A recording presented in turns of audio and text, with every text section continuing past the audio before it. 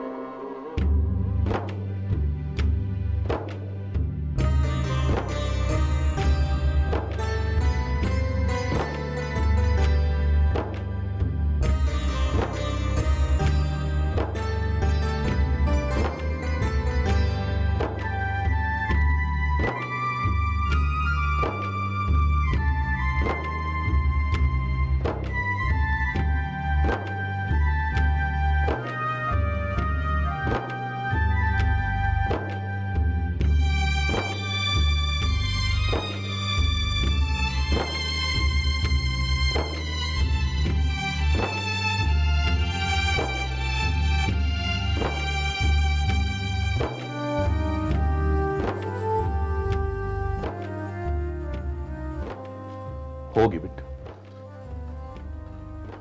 ನನ್ನ ಸೋದರ ಕುಂಭಕರ್ಣನಂತೆ ಮಹಾಪರಾಕ್ರಮಶಾಲಿಯಾಗಿದ್ದ ಅತಿಕಾಯ ನನಗೆ ವಿಜಯ ತಂದು ಕೊಡುತ್ತಾನೆಂದುಕೊಂಡಿದ್ದೆ. ನನ್ನ ಸೋದರರ ಪುತ್ರರ ಸಾವಿನ ಸೇಡನ್ನು ಇವನು ತೀರಿಸಿಕೊಳ್ಳುತ್ತಾನೆಂದು ಭರವಸೆ ಇಟ್ಟಿದ್ದೆ. ನನ್ನ ನಿರೀಕ್ಷೆಯೆಲ್ಲ ಹುಸಿಯಾಯಿತು. ರಾಕ್ಷಸ ಕುಲದ ಪ್ರತಿಷ್ಠೆಯನ್ನು, ಈ ರಾವಣೇಶ್ವರನ ಕೀರ್ತಿ ಧ್ವಜವನ್ನು ಮುಗಿಲೆತ್ತರಕ್ಕೆ ಹಾರಿಸುತ್ತಾನೆಂದುಕೊಂಡಿದ್ದ ಅತಿಕಾಯ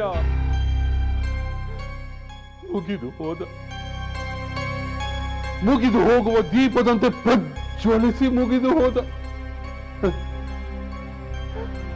ನನಗಾಗಿ ಬಲಿಯಾದ 100 ರಾಕ್ಷಸ ವೀರರ ಸಾಲಿನಲ್ಲಿ ಸೇರಿ ಹೋದ ಅತಿಕಾಯ.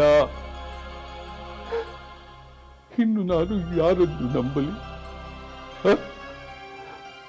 ವಿಜಯಕ್ಕಾಗಿ ನಾನು ಯಾರನ್ನು ಅವಲಂಬಿಸಲಿ?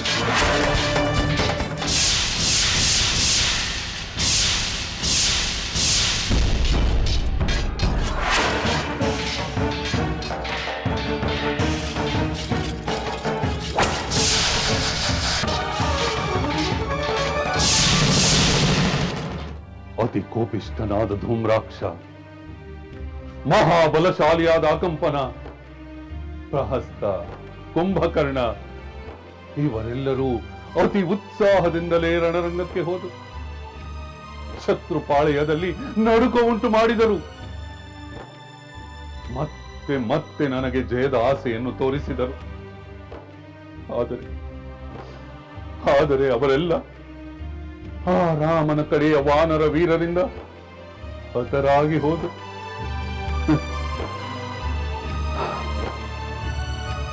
ಅದಲ್ಲದೆ ಇನ್ನೂ ಅನೇಕ ರಾಕ್ಷಸ ವೀರರು ಆ ರಾಮ ಲಕ್ಷ್ಮಣರಿಂದ ಹತರಾದರು.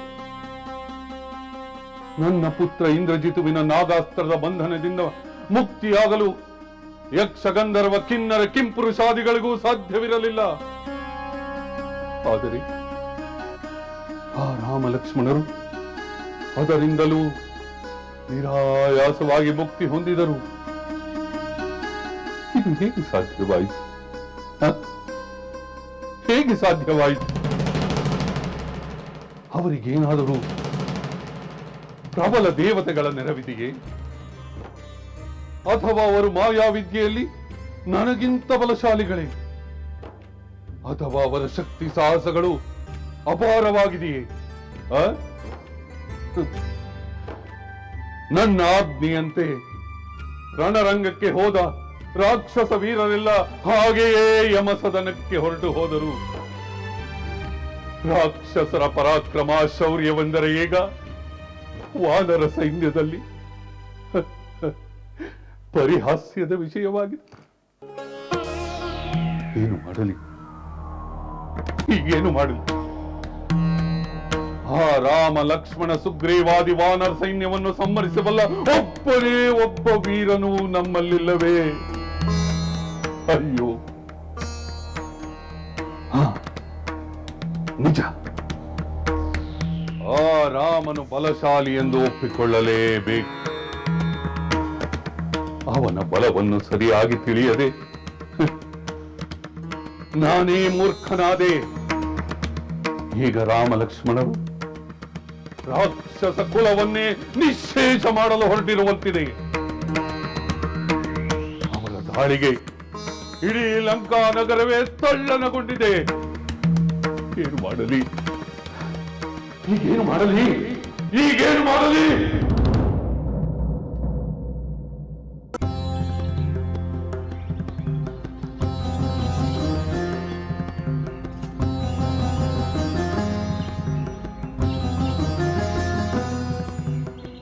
ತ್ರಿಜಟೆ, ಯುದ್ಧ ಭೂಮಿಯಲ್ಲಿ ಹೊಸ ವಿಷಯವೇನಾದರೂ ತಿಳಿಯಿತೆ?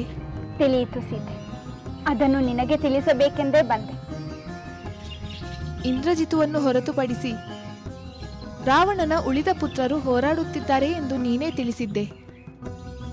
ಆದರೆ ಅವರಲ್ಲಿ ಯಾರೂ ಇಂದ್ರಜಿತುವಿನಷ್ಟು ಪರಾಕ್ರಮಿಗಳು ಅಲ್ಲ ಎಂದು ನೀನೇ ಹೇಳಿದೆ.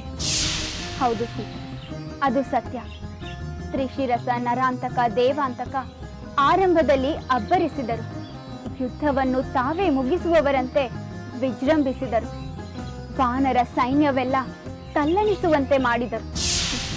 ಕಡೆಗೆ ವಾನರ ವೀರರೆಲ್ಲ ಹತರಾದರು. ಆದರೆ ರಾವಣನ ಇನ್ನೊಬ್ಬ ಪತ್ನಿ ಧಾನ್ಯ ಮಾಲಿನಿಯ ಪುತ್ರ ಅತಿಕಾಯ ಮಾತ್ರ ಅವರಿಗಿಂತ ಹೆಚ್ಚು ಕಾಲ, ಅವರಿಗಿಂತ ಹೆಚ್ಚಾದ ಪರಾಕ್ರಮ ಪ್ರದರ್ಶಿಸಿದ. ಅತಿಕಾಯನೇ? ಹೆಸರಿಗೆ ತಕ್ಕಂತೆ ಅವನು ಭಾರೀ ದೇಹವನ್ನು ಹೊಂದಿದ್ದನೆ?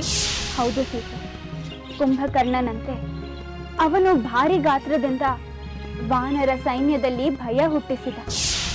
ಎಲ್ಲರೂ ಬೆರಗಾಗುವಂತೆ ವಾನರ ಸೈನ್ಯದಲ್ಲಿ ಅಲ್ಲೋಲ ಕಲ್ಲೋಲ ಉಂಟು ಮಾಡಿದ. ಆದರೆ ಅವನು ಕಡೆಗೆ ಸಾವಿಗೆ ಶರಣಾದ. ಹಾಗಾದರೆ ಆ ಅತಿಕಾಯನನ್ನು ಯಾರು ಸಂಹರಿಸಿದರು? ಸೀತೆ, ಲಕ್ಷ್ಮಣನಿಗೂ ಅವನಿಗೂ ಬಹಳ ಹೊತ್ತು ಘೋರವಾದ ಯುದ್ಧ ನಡೆಯಿತು. ಕಡೆಗೆ ಲಕ್ಷ್ಮಣನ ಹರಿತವಾದ ಬಾಣ ಅತಿಕಾಯನ ಶಿರವನ್ನು ಕತ್ತರಿಸಿತು. ನನ್ನ ಮೈದುನ ಲಕ್ಷ್ಮಣ ಆ ರಾವಣನ ಪುತ್ರನನ್ನು ಸಂಹರಿಸಿದ್ದು ನನಗೆ ಸಂತೋಷವನ್ನು ಉಂಟು ಮಾಡಿದೆ. ಲಕ್ಷ್ಮಣ ತನ್ನ ಪರಾಕ್ರಮಕ್ಕೆ ತಕ್ಕಂತೆ ಅತಿಕಾಯನಂಥ ದೈತ್ಯನನ್ನು ಸಂಹರಿಸಿದ. ಲಕ್ಷ್ಮಣನಿಂದ ರಾವಣನ ಪುತ್ರ ವಧೆಯಾದಂತೆ ನನ್ನ ಸ್ವಾಮಿಯಿಂದ ಆ ರಾವಣನ ವಧೆಯಾಗಬೇಕು. ಆಗುತ್ತದೆ ಸೀತೆ, ಖಂಡಿತವಾಗಿಯೂ ಆಗುತ್ತದೆ.